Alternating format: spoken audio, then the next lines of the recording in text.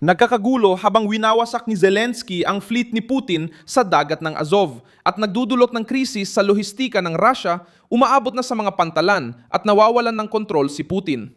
Tinaman ng mga drone ng Ukraine ang mga oil tanker, cargo ship, tugboat at mga sasakyang pantulong na ginagamit ng Moscow para suplayan ang sinakop na Crimea at panatilihin ang pagdaloy ng langis sa kabila ng mga parusa. Ayon kay Robert Brovd, ang kumander ng puwersa ng mga sistemang walang tripulante ng Ukraine, 28 nga sasakyang pandagat ang inatake ngayong madaling araw ng Sabado, kabilang ang 21 oil tanker. At umabot na sa 76 na target sa dagat ang tinamaan ngayong linggo.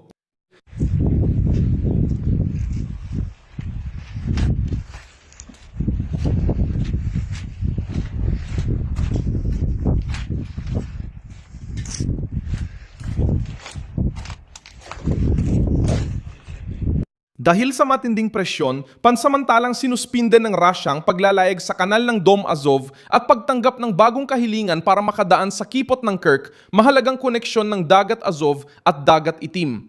Kasabay nito, umiling si Putin ng agarang subsidya para mapababa ang presyo ng gasolina sa Crimea kung saan inamin ng mga opisyal ang kakulangan ng supply, rasyon at brownout. Tumugon si Zelensky sa pagbuo ng espesyal na command para palawakin ang long-range na atake sa enerhiya at lohistika ng Russia. Anong naparalisa ng Ukraine? Bakit minadali ni Putin ang pag-anunsyo ng tulong? Ikuwento ko sa iyo lahat. Kung gusto mo ng ganitong klaseng diretsong content na walang paligoy-ligoy, mag-subscribe ka na dahil araw-araw may ganitong video dito. Lalong lumakas ang bagong opensiba sa 6 na magkakasunod na araw. Ayon kay Brovd, 28 barko ang nakatanggap ng 73 kumpirmadong tama sa operasyon ng madaling araw nitong Sabado. Kasama ang mga naunang aksyon, sinasabi ng mga puwersang Ukranyano na umatake sila sa 76 na barkong Ruso mula ika-6 hanggang ika-11 ng Hulyo. Kasama rito ang mga barkong maraming beses tinamaan, pero hindi lahat ay lumubog. Ang pangunahing epekto ay pag-alis ng mga barko sa operasyon, pilit na pagkukumpuni, mas mataas na panganib sa tripulante, at ginagawang mas mapanganib ang bawat biyahe ng gasolina papuntang Crimea.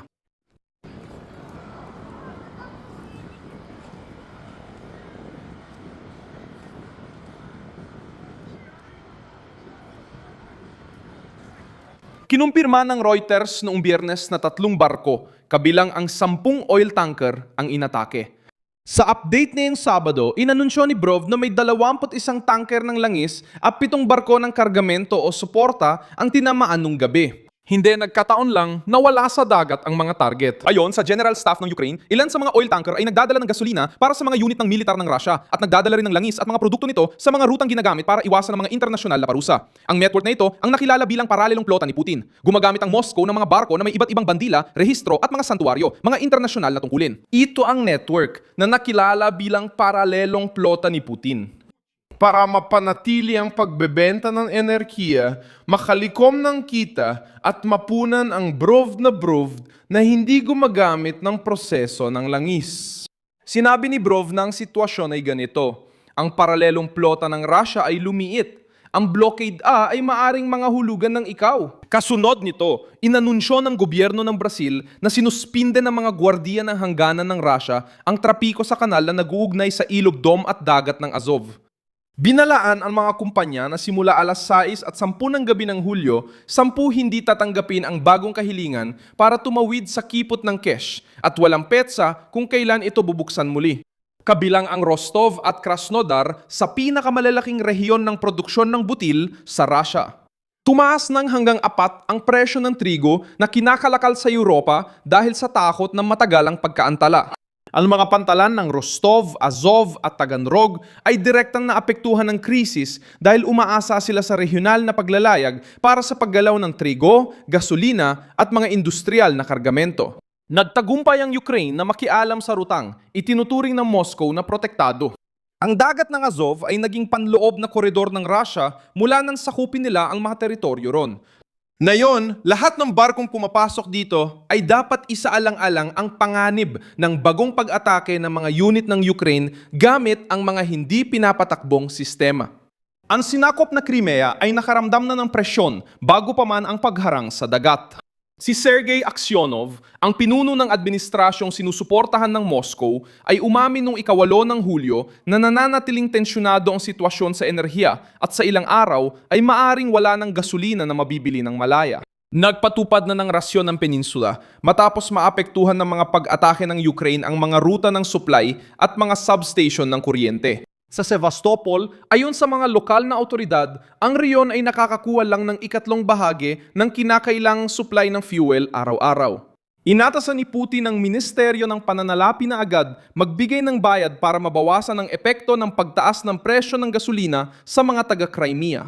Ipinapakita ng utos na ito ang laki ng presyon. Nangangako ang pamahalang Ruso na kontrolin ang peninsula. Ngunit kailangan nilang gumamit ng subsidya upang hindi direktang maramdaman ng mga tao ang krisis. Kasabay nito, ipinagbawal ng pamahalaang Ruso ang pag-export ng diesel para protektahan ang lokal na merkado. Ayon sa kalkulasyon ng Reuters, bumaba ang lokal na produksyon ng gasolina sa halos 65% ng kapasidad matapos ang sunod-sunod na pag-atake sa mga refinery at pasilidad ng enerhiya. Sinamantala ito ang epekto at nilagdaan noong Hulyo 10 isang kautusan na lumilika ng isang espesyal na pangmalayuang command sa loob ng sandatahang lakas. Ang bagong estruktura ay magtutuon ng lahat ng magagamit na yaman upang mabawasan ang kakayahan ng Russia na ipagpatuloy ang digmaan. Inayos ng hakbang na ito sa iisang command ang mga pag-atake laban sa mga refinerya, terminal, imbakan, oil pipeline at mga rutang pandagat. Sa Biyernes, sinabi na wala pang anunsyo tungkol sa kautusan ng rehabilitasyon ngayong araw. Noong Hulyo, plano na ng gobyerno ang panukala sa pensyon. Ang Ruso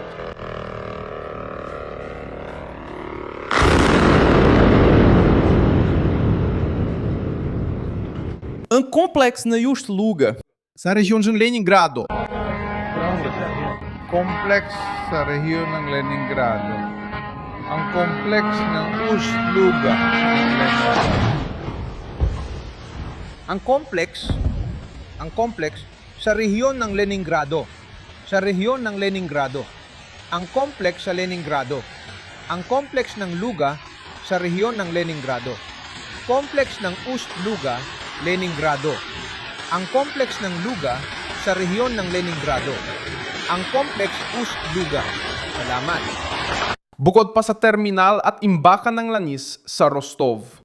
Hindi lang sa baybayin, natigil ang kampanya. Naabot din ng mga drone ng Ukraine ang refinery sa Omsk sa Siberia, mga 2,700 kilometro mula sa teritoryong kontrolado ng Kiev. May iba pang mga pag-atake na naitala laban sa mga pasilidad sa Tartaristan, sa Saratov at sa Bashkortostan.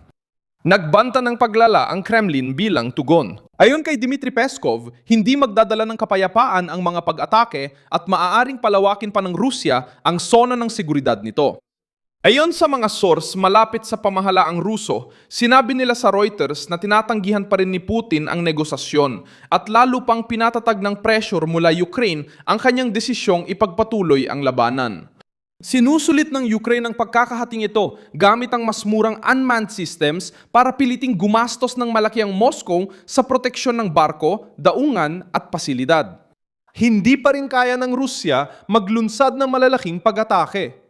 Ngayong Sabado, nagpakawala ito ng 6 na ballistic missile, 6 na cruise missile at 121 drone laban sa Ukraine na nagdulot ng mga namatay at nasugatan sa Odessa, Kiev at Kharkiv.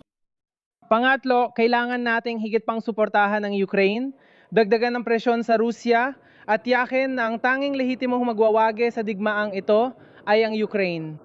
Muling humiling si Zelensky ng dagdag na depensa sa himpapawid mula sa mga kaalyado dahil kulang pa rin ang mga interceptor ng Patriot system kaya nananatiling vulnerable ang mga lungsod. Ang lisensyang ibinigay ni Donald Trump para sa paggawa ng Patriot interceptors ng Ukraine ay maari magpalakas ng proteksyon, habang ang bagong command na pangmalayuan ay nagpapalawak ng opensibong presyon. Ngayon, kinakaharap ni Putin ang isang kampanya na sabay-sabay na tumatarget sa mga barko, gasolina, export, mga refinery at mismong suporta ng Crimea. Naniniwala si Zelensky na mapipilitan ng Kremlin na pumili kung makikipagnegosasyon o masasaksihan ang unti-unting paghina ng estrukturang ginagamit para tustusan at suplayan ang pananako dahil sa tumataas na gastos. Salamat sa panonood hanggang dulo. Suportahan ang aming proyekto at mag-ambag gamit ang Pixkey sa inyong screen. Kami ay independenteng channel na nagbibigay ng tama at totoong impormasyon. Malaki ang tulong ng inyong kontribusyon sa aming pagpapatuloy.